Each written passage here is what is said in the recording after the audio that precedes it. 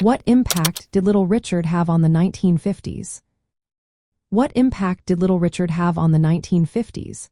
Let's take a closer look at this iconic figure and his influence on music and culture during that vibrant decade.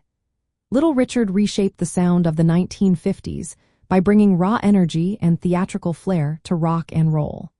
His electrifying performances became the heartbeat of a youth movement that challenged the norms of society. He blended the fervor of gospel music with rhythm and blues, creating a high-energy sound that defined early rock and roll.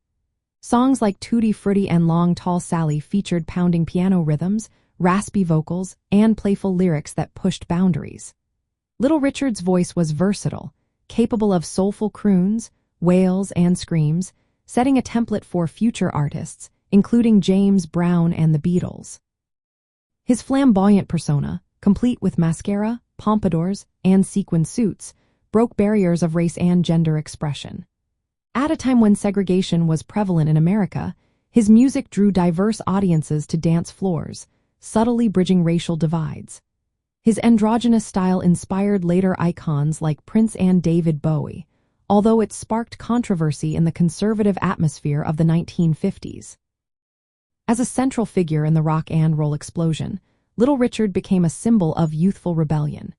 In 1957, he made a sudden shift to gospel music, leaving a void in secular music. This coincided with Elvis Presley's enlistment in the military and the rise of more sanitized teen idols.